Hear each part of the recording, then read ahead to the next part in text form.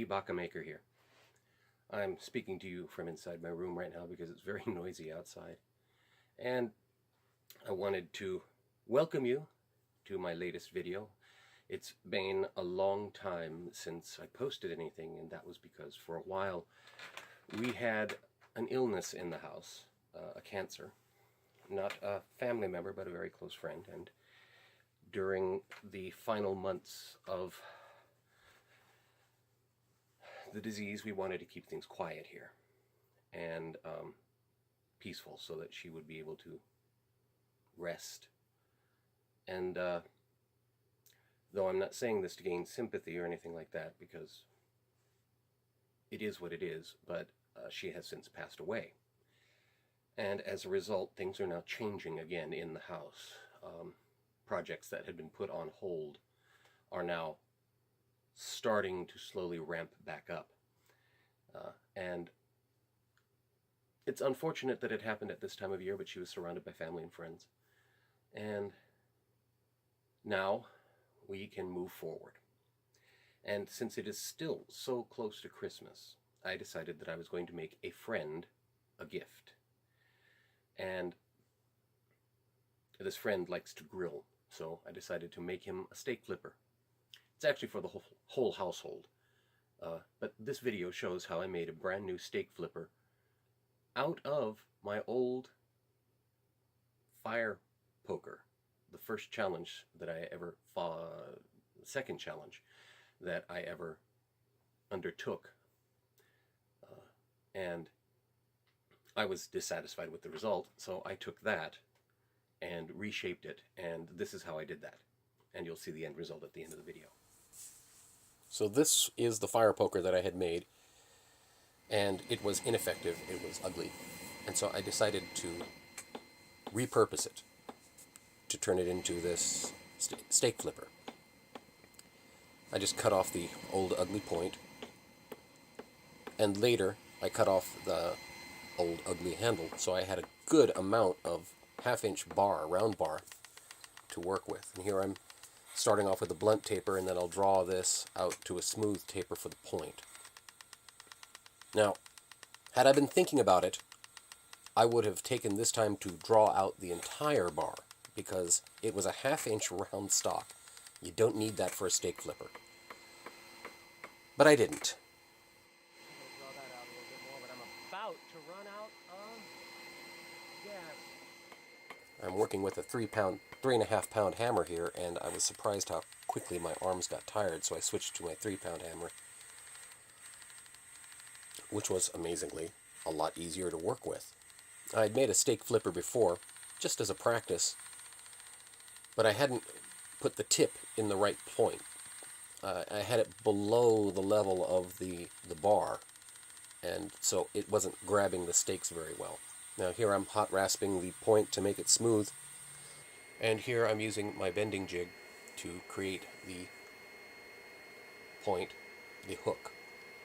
You know, we call these steak flippers, but we really should call them grill hooks, because that's what they are. They're hooks used at the grill.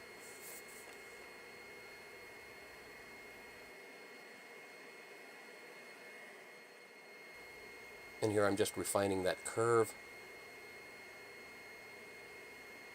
making it look smooth.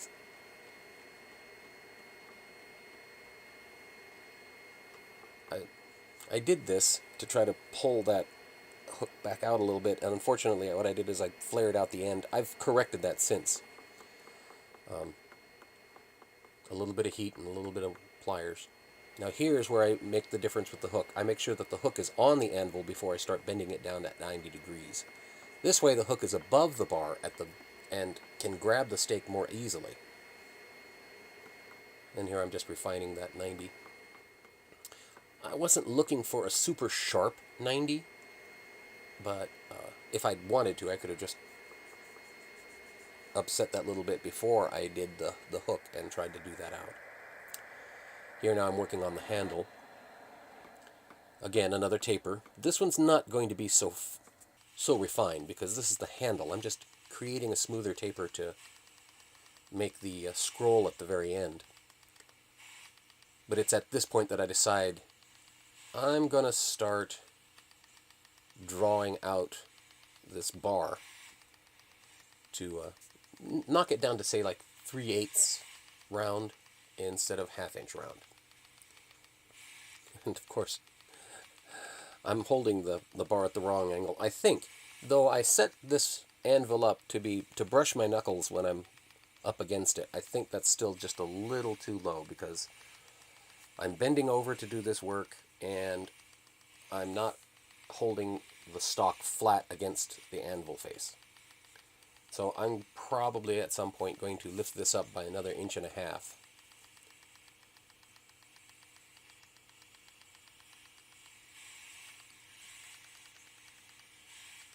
If I thought my arms were tired before, they're exhausted by now.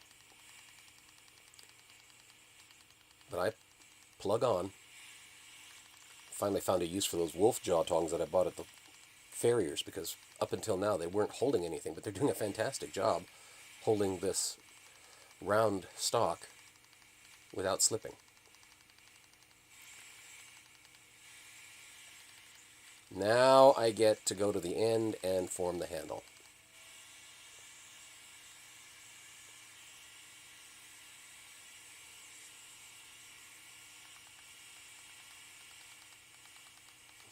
I was about to turn it, and then I realized I've got to form the scroll, so I pulled my bending jig out. Straighten that out. Started forming the little scroll. The time between heats at this point was very short, because, of course, I'm working with a tiny point. Here I started the scroll, and I'm starting to refine it. Bring it in, roll it up a little bit, so that the scroll is really more pointing backwards than to the side.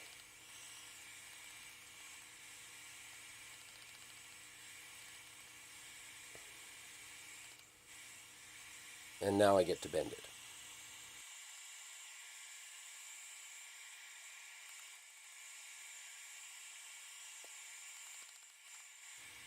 To refine that handle a little bit, that loop, I pushed it past the bar, then pulled it back, pulled the end back, so that I could create that little handle there. The idea is I'm going to bend that scroll end out a little bit, and I forgot to videotape that, so there's what it looks like when it's rolled out. And that gives the indexing, that gives the leverage for the hand. But now I've got a whole lot of cleanup to do. And I was so focused on the cleanup that I really only recorded the last few minutes.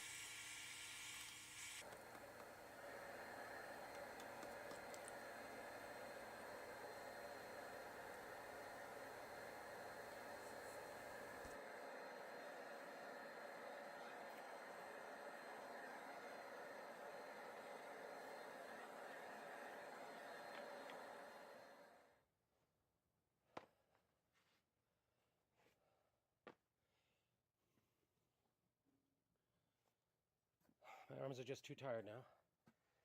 So I'm going to leave off that and continue with this.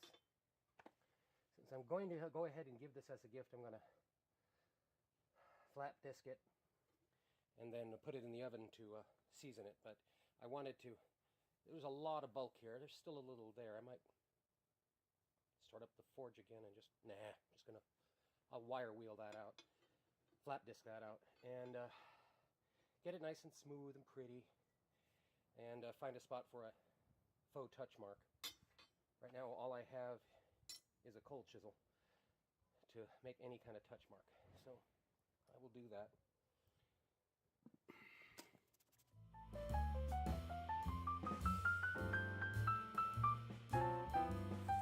I used olive oil on the unit in an oven at 475 degrees to get that dark, it's actually a very dark red, I don't know if you can see the highlights there, seasoning on it. And it's of course going to wipe off, it's going to rub off, but it looks pretty right now. It's great for gift presentation. There is my second steak turner, and one that I think is far superior to my first. As always, if you enjoyed this video, please hit the like button and share it, comment below, and subscribe to see other videos that I will be producing.